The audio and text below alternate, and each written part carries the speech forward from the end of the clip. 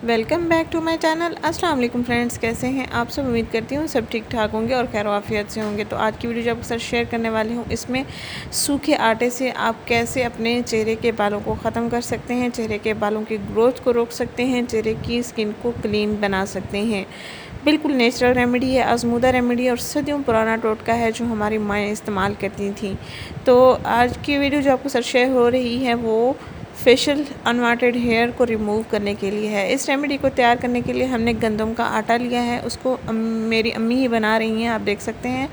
तो गंदम का आटा लिया है 2 चम्मच और इसमें मैंने ऐड किया है पानी और अम्मी ने अब इसको गूंदना स्टार्ट कर दिया है। ये गूंद रही हैं, अच्छे से इसको गूंदना है हमने और गूंदते ही रहना है जब तक अच्छा गूंद कर ना हमारे पास आ जाए। ऐसे ही आपने गूंदते रहना है और इस तरह जब आपके पास बन जाए तो आपने गूंदना छोड़ देना है। और इसको कैसे इस्तेमाल करना है मैं आपको बताती हूँ। आटा तो हमने गूंद लिया है सिंपल पानी के साथ। अब मैंने देसी घी लिया है, उसको मेल्ट कर दिया है अम्मी को और कटोरे में डाल दिया है। क्योंकि बैकग्राउंड जो है येलो है तो प्याली में येलो घी नज़र नहीं आ रहा। तो देख सकते हैं, मैंने अम्मी से कहा इसको ज़रा शेक कर लें तो समझ आ जाएगी आपको कि इसमें भी घी है। तो अब हमने करना ये है कि ये जो आटा हमने गूंद के रखा है इसको हमने घी में डिप करना है, ऐसे ही जैसे कि आपको दिखाया जा रहा है। और फिर इसको स्किन पर रब करना है।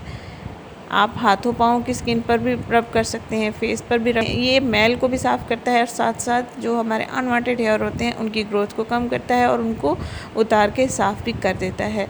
हफ्ते में 2 दिन लाजमी इसका इस्तेमाल करें, इंशाल्लाह ताला आपके फेशियल हेयर जो हैं वो ख़त्म हो जाएंगे।